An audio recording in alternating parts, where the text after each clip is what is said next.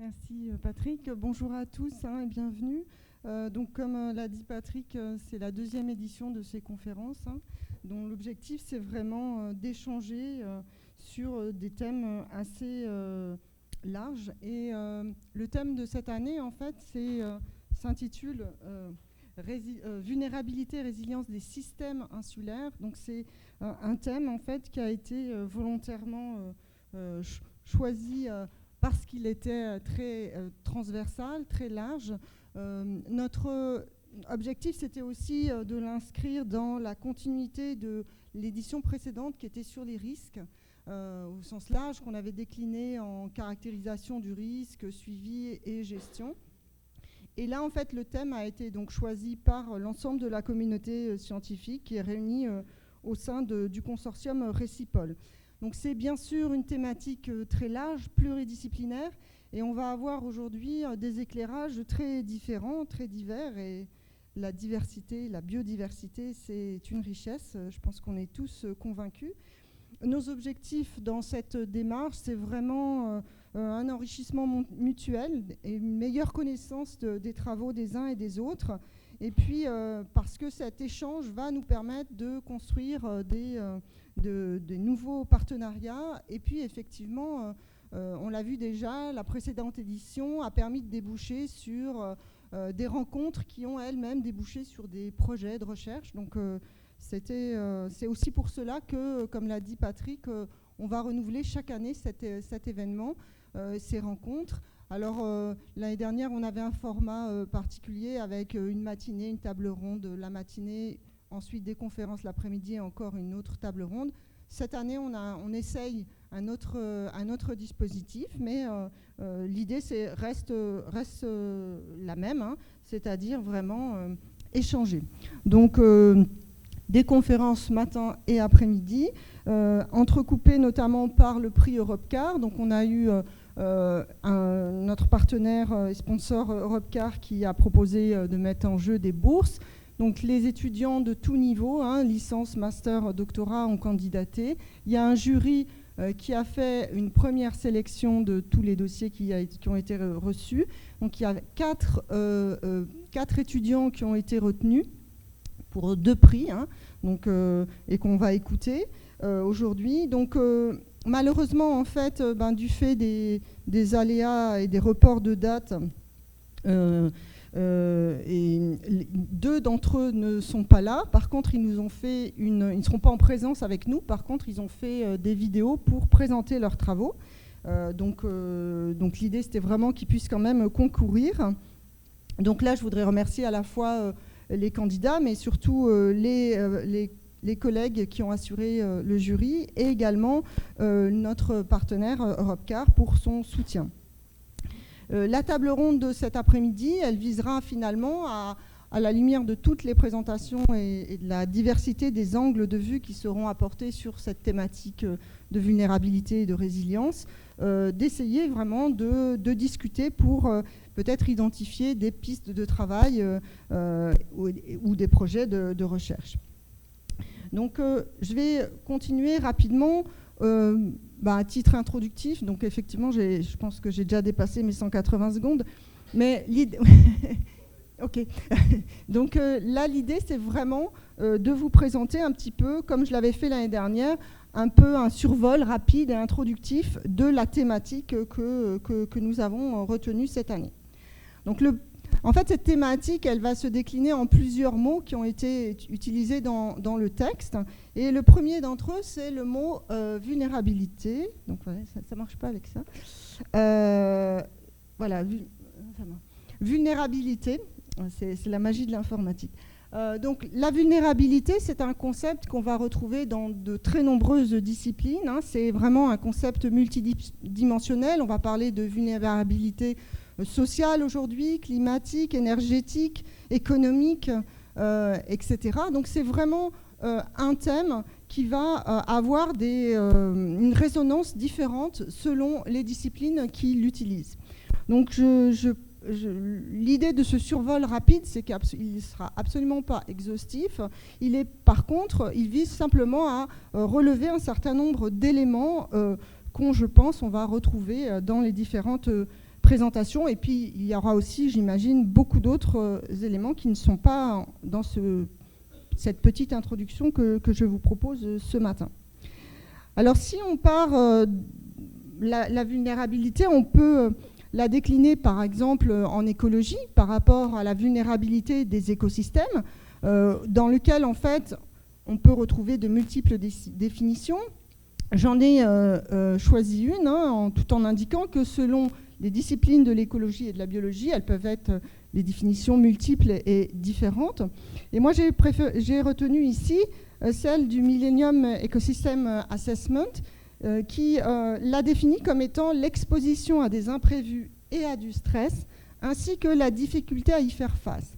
Donc ce concept-là va faire référence à des imprévus, du stress, et puis aussi une réponse des populations et des organismes, puisque là on est en écologie. Et dans de nombreux travaux, en fait, on va s'attacher à étudier l'influence, en fait, le niveau de vulnérabilité d'un écosystème. On va essayer de le caractériser.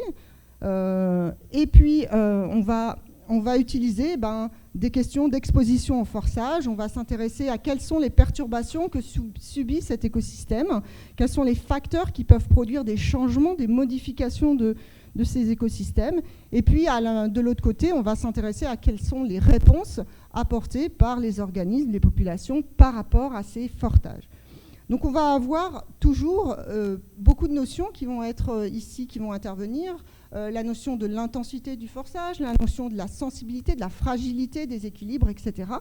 Et puis aussi, est-ce qu'on va être capable d'encaisser ces modifications ou ces perturbations?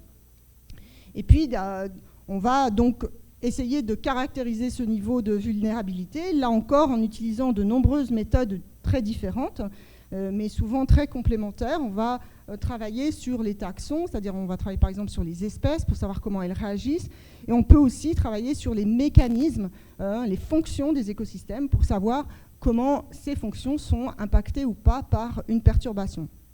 Tout cela, on va également le faire à plusieurs échelles spatiales et temporelles notamment, à plusieurs niveaux d'organisation, c'est-à-dire l'échelle, la population, le peuplement. Donc on va vraiment avoir des niveaux de complexité qui vont être variables, des approches et des méthodologies variables, déjà dans un seul domaine qui est celui de l'écologie. On peut aussi trouver dans la littérature des notions de vulnérabilité de territoire. C'est très important, notamment en termes d'aménagement et en politique publique, ces questions de vulnérabilité. Et là, on peut trouver des définitions dans lesquelles, en fait, on va caractériser la vulnérabilité comme étant l'exposition aux variables dans leurs ensembles, et en particulier aux variables climatiques. On va trouver beaucoup de littérature sur la vulnérabilité, notamment aux risques climatiques, mais aussi sur des questions, bien sûr, dont on va parler aujourd'hui en rapport avec l'énergie, et puis des questions économiques. Donc on va caractériser la sensibilité du territoire par rapport à toutes ces variables, et puis est-ce que ce territoire va être capable de s'adapter, et si oui, comment?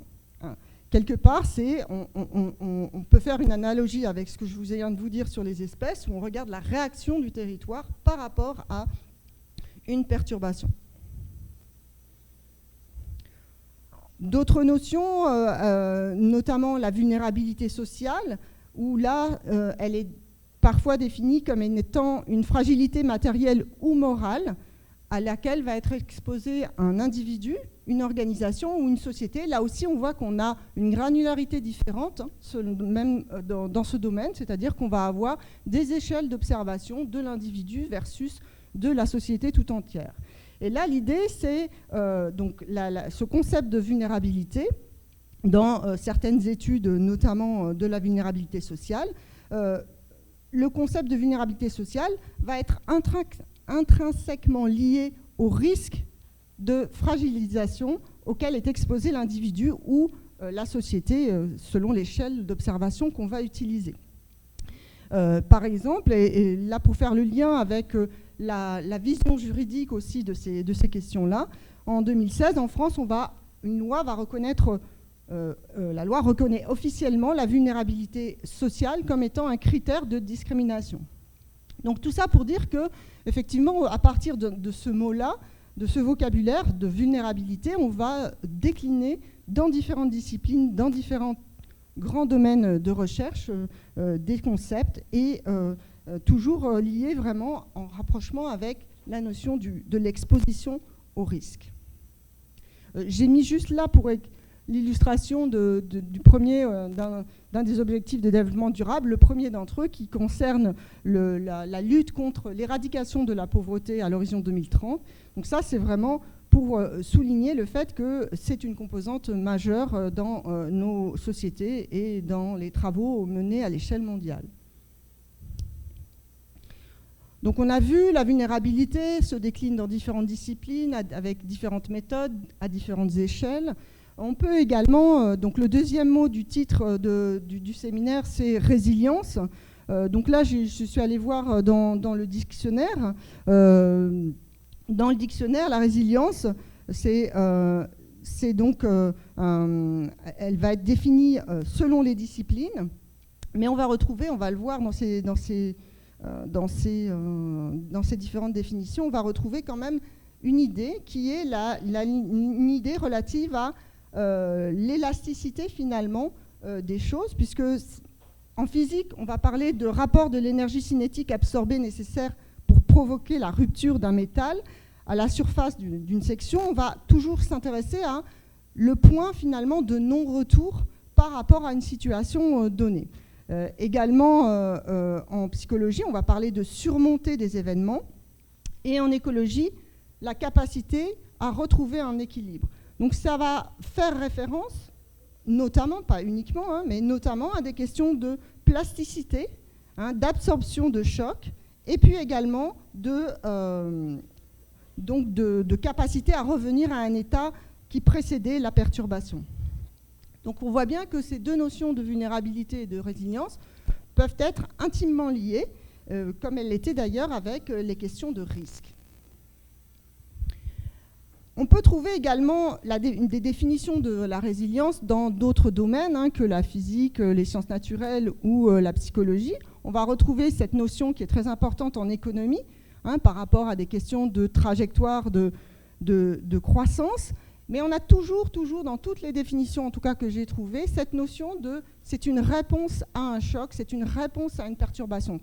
Et donc, on le voit aussi en géographie, en aménagement, on va avoir une définition qui dit que la résilience, c'est la capacité des villes à limiter les effets des catastrophes et à retrouver rapidement un fonctionnement naturel. Donc on a toujours cette idée, un système qui fonctionne, subit un choc, une perturbation, et ensuite comment ce système va réagir et la capacité de ce système à finalement revenir dans un état et dans un fonctionnement antérieur.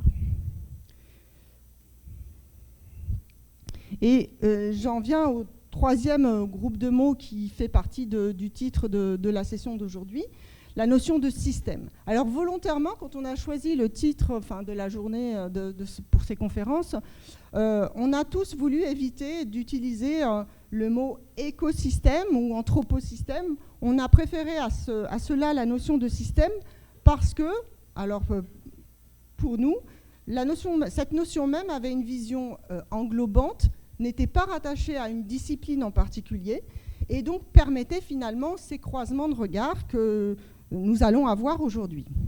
Cette vision en fait pluridisciplinaire, finalement un système, c'est une somme d'entités, de composantes qui vont interagir les unes avec les autres. Ça peut être des composantes sociales, ça peut être des composantes économiques, ça peut être des composantes écologiques ou autres. Et on va avoir un système d'interaction entre ces composantes. Et ce système, il va avoir un certain nombre de propriétés, de règles. Il va également avoir des processus qui lui sont propres, un fonctionnement qui lui est propre. Et la notion donc de système, ça va être vraiment ces composantes-là qui vont être déclinées tout au long de la journée.